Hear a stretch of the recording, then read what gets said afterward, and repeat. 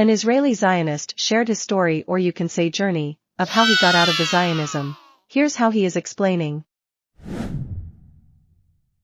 How I got out of Zionism.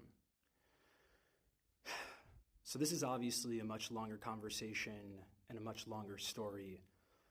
But for the sake of brevity, I'll try to tell this, as the Alter Rebbe says, the first rabbi of Chabad. I'll try to tell the long, short version of how this happened.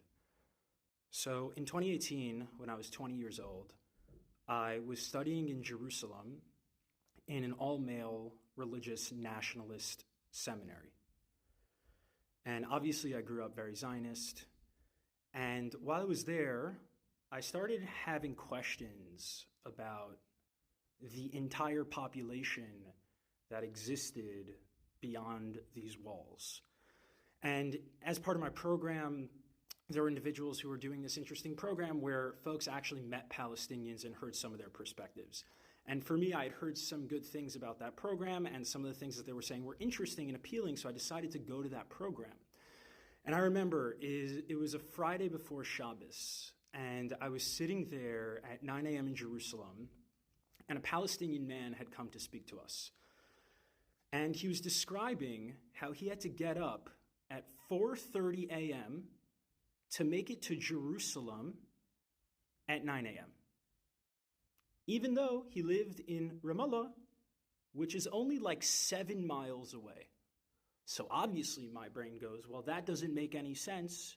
Surely it shouldn't take you more than 4 hours to go 7 miles. And then I listened how he proceeded to talk about the system of checkpoints, how he had to get on a separate bus, how he had to make the calculation of whether it made more sense for him to stay on the bus, knowing that if he's on the bus, he could be kicked off the bus at the checkpoint and go to the back of the line, or if it just made sense to just wait on the non-bus part of the checkpoint to get through to make sure that he got here in time, to speak to a bunch of Zionist Jews to try to convince them that Palestinians were human. So after the lecture, I went up to him, I was like, dude, this is fucked up. What is going on here? Why did no one tell me about this? And I was like, can you just I didn't even know what I was like, more, just more. Tell me more. He took out his ID card and he's like, yeah, I actually have to head back now because if I'm not back by a certain time, my provisional travel status is going to get revoked and I won't be able to leave Ramallah again. And it doesn't matter if the checkpoints held me up, and the checkpoints could take 3 to 4 hours. So I need to head back now. I'm like, dude, it's 10:30 or 11 o'clock. He's like, I can't take any chances. I'm not risking this getting revoked. So I said to him, I was like, I need to know more. He said, well, why don't you come with me to Ramallah? So I'll tell you, the first thought that rose in my mind, it was rising and it said, if I go, you will kill me. Because that was the way I was conditioned.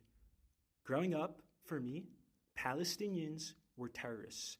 There was no possibility that a Palestinian was human, and certainly no possibility that Palestinian resistance had nothing to do with Jewish folks, but had to do with the fact that there were settlers kicking Palestinians off their land, upholding apartheid, ethnic cleansing, and genocide.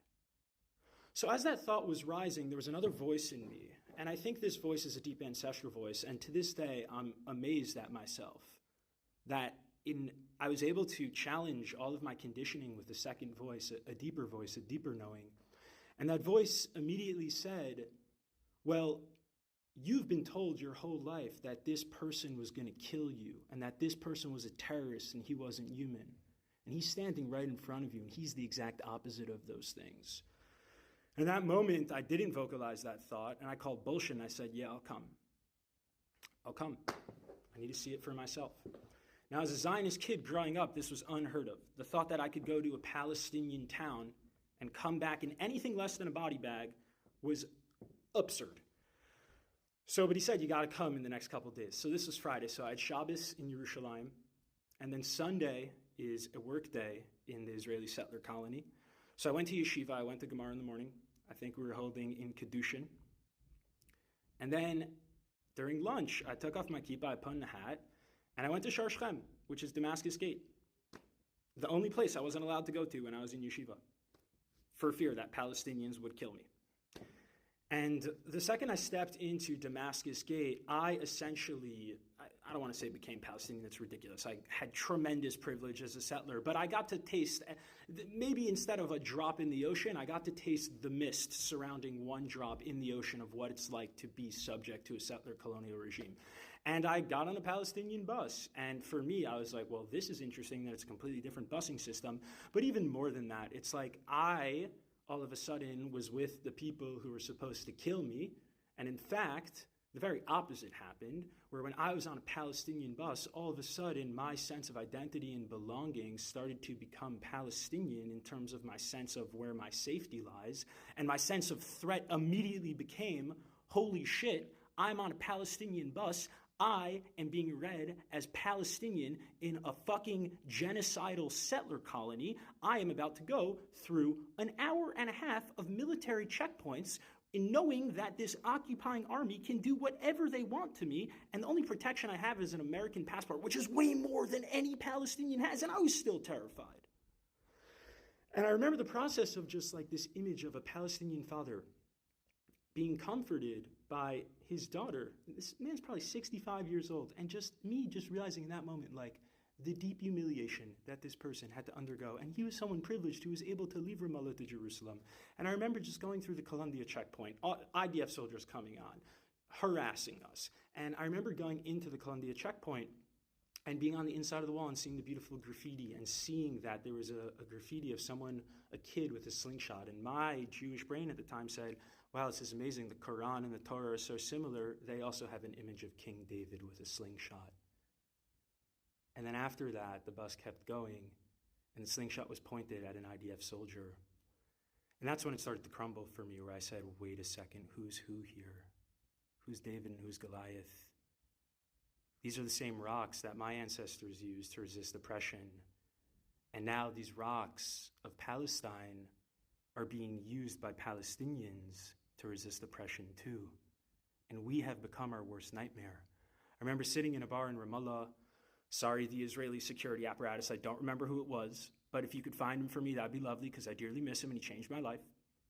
I remember sitting in a bar in Ramallah, and this person just explaining to me, this beautiful Palestinian human just explaining to me, being so patient with me, speaking to a Zionist settler, speaking to me and just saying, like, dude, like, most people here have never seen Jerusalem. I'm like, what are you talking about? It's literally right there. It's like you have to be a male and 65 or older, or women 55 or older, or you need to have someone sponsor you for a work permit, but the only way they can sponsor you, there has to be an Israeli, and how the fuck is an Israeli going to sponsor you if they don't even know you exist because you're behind the wall? Again, maybe the regulations have changed. This was my experience 5 years ago. It's probably gotten worse. And I remember him saying to me, he said, Shlomo, what would you do? What would you do if your entire life, the only person of the occupying army that you saw, and the only interaction you ever had with Jews were IDF soldiers who came in and raided you and arrested you in the middle of the night, put you under administrative detention, tear gassed your homes, cut off your water and electricity, arrested a bunch of your friends, and killed you and harassed you? He said, what would you fucking do? And I said, if you don't think that I would resist with every single fiber in my being, as long as I was alive, to liberate myself from this colonial hell, you are out of your fucking mind. I said, how dare you even ask me what I would do? I said, do you know my ancestry? Do you know who I come from? Do you know that my lineage? My grandfather survived Auschwitz, Reb Shimon Bar Yochai, Hanukkah. You think I wouldn't fight back? That was after 6 hours. Can you imagine what 18 years, what 30 years does to the psyche of someone like that? And y'all sit here and get confused with Palestinian resistance? Are you kidding me? All that shows me is that A, you have no idea what the settler colony of Israel is, and B, it's disrespectful. You're disrespecting yourself because you're telling me that if you were in that position, you wouldn't fight back and you would willingly die. And that tells me that if I was in Auschwitz with you and we were in the bunkers, you wouldn't resist our Nazi captors. And that is someone I don't trust. So let's fucking get it together and start telling the truth and take this seriously.